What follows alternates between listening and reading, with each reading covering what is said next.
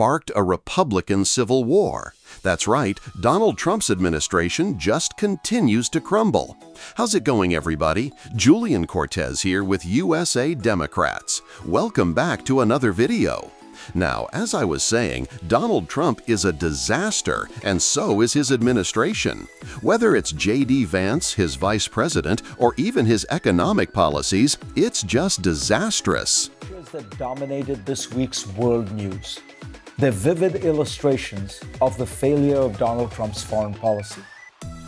The images that captured most attention were of China's massive military parade and of Xi Jinping, Vladimir Putin, and Kim Jong-un striding together. Those were to be expected, a reminder that the West faces a determined set of adversaries who see it as their mission to destroy the Western-led international order. What was surprising were the images from the days before, when the Shanghai Cooperation Organization hosted leaders from India, Turkey, Vietnam, and Egypt, among others. All these regional powers were generally considered closer to Washington than Beijing.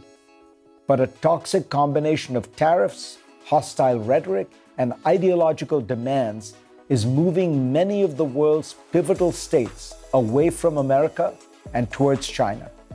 It may be the greatest own goal in modern foreign policy. Consider the BRICS, a grouping of countries originally meant to represent the big emerging markets of the future: Brazil, Russia, India, China, and South Africa, with several other members now too. At prior meetings, 3 of the core countries, Brazil, India, and South Africa, would generally resist the Russian and Chinese effort to turn the organization into an anti-American grouping. For decades, Washington has been building ties with these 3 countries, each a leader in its region, to ensure that as they grew in size and stature, they would be favorably inclined towards the United States. But Donald Trump has treated these 3 pivotal states to some of his most vicious rhetoric and aggressive policies. He unleashed the highest tariff rate in the world against India.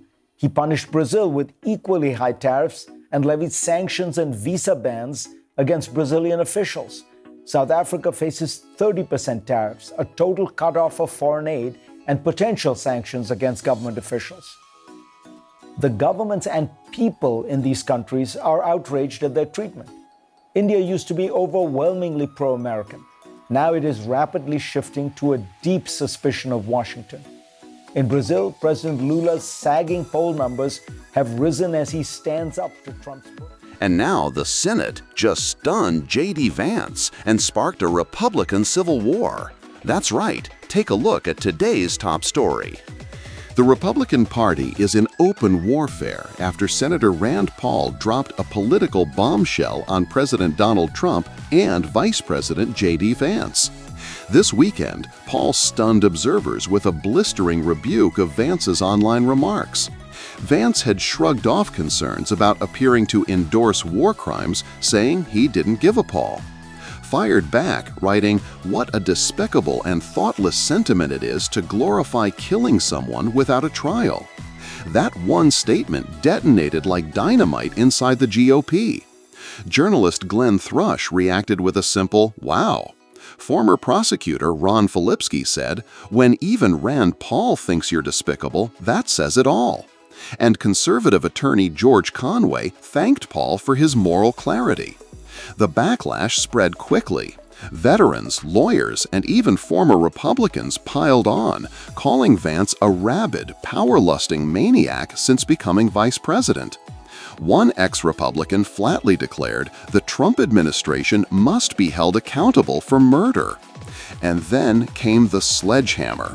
The group Republicans Against Trump jumped in, writing, "Thank you for your moral clarity on this. J.D. Vance is a despicable and cynical politician."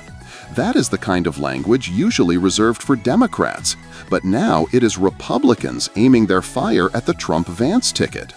Tonight, the GOP looks less like a unified front and more like a family feud spiraling into all-out civil war, with Rand Paul leading the charge. Thanks so much for watching. Please click that like button and subscribe to Occupy Democrats so that you can stay informed and help us stop Donald Trump. A strange and frustrating trend has been unfolding across the United States. Back in 2021, one of the first major legislative accomplishments of the Biden administration was the passage of the Infrastructure Investment and Jobs Act.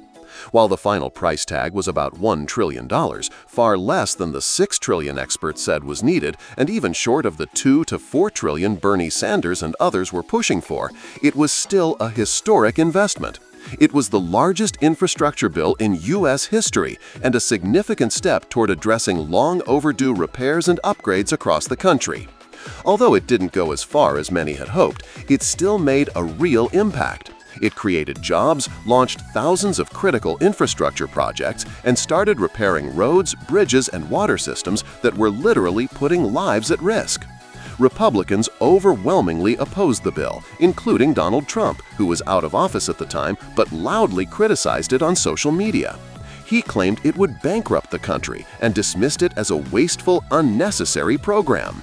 This despite the fact that Trump had campaigned in 2016 on a promise to be the world's greatest builder and to pass a massive infrastructure package, something he never actually delivered. The idea of Infrastructure Week became a running joke throughout his presidency because nothing ever came of it. In contrast, Biden passed this legislation within his first year. That alone infuriated Trump and many Republicans. Most of them voted against it and went on record calling it a disaster.